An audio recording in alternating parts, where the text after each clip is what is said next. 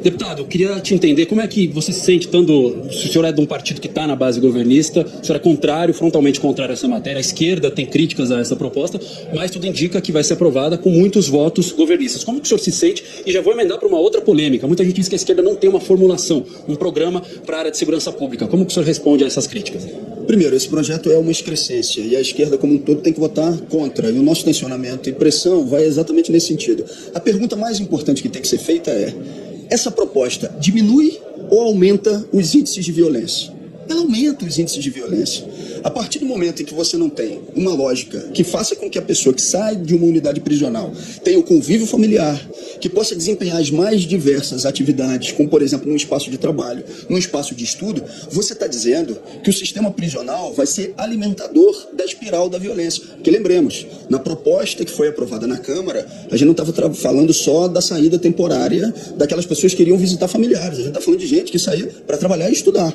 O Senado, com as emendas que aprovou, despiorou, não é que melhorou, despiorou algo que está muito ruim. Para quem quer diminuir os índices de violência, evidentemente, indo direto à sua pergunta, não tem outra alternativa. Se é para diminuir, tem que votar contra essa proposta. No ponto da saidinha, cara, tinha que ser 0, né?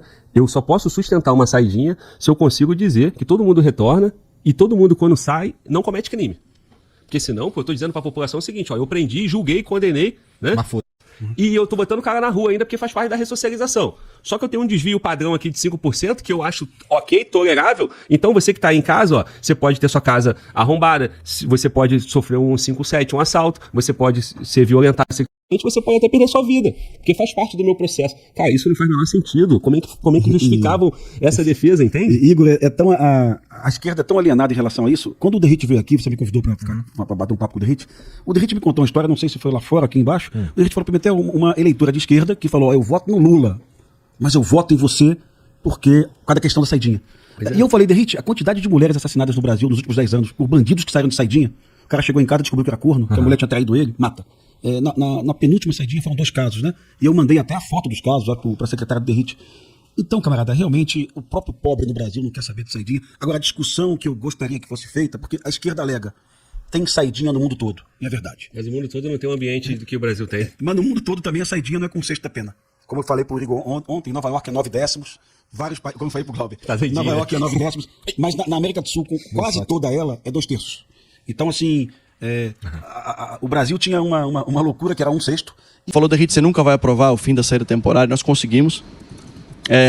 Mas voltou agora para trás, né? Não voltou. A lei estabeleceu o entendimento do judiciário o seguinte, que vale para quem cometeu o crime a partir do dia 12 de abril de 24, e quem cometeu antes, eles entenderam que foi uma espécie de direito adquirido. De toda forma, só adiou a vitória, assim. Quem cometeu o crime hoje for condenado não tem mais direito à saída temporária. A médio prazo no Brasil ela vai acabar. Então já é uma grande vitória. Essa é a carreira criminal desse indivíduo, desse vagabundo chamado Enzo Wagner Lima Campos, que assassinou aquele homem honrado ali, o Dr. Mauro Guimarães, um delegado de classe especial com mais de 35 anos de serviço prestado à sociedade. Todos aqueles quadrinhos ali, ó, embaixo, em cima, são as oportunidades e as vezes que ele foi preso pela polícia. E solto.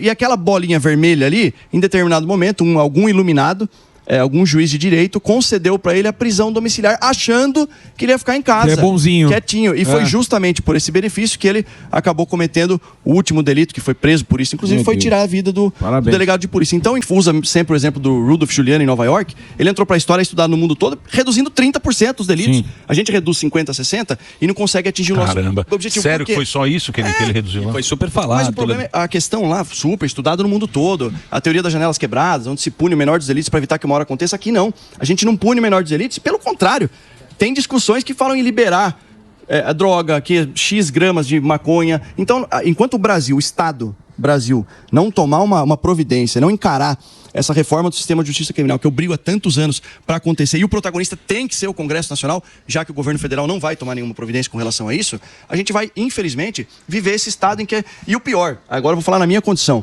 eu não fujo de nenhuma responsabilidade, só que a cobrança é 100% em cima das polícias, como se fosse culpa da polícia esse criminoso aí que tirou a vida do Dr. Mauro Guimarães. A polícia fez o seu trabalho inúmeras vezes, exatamente.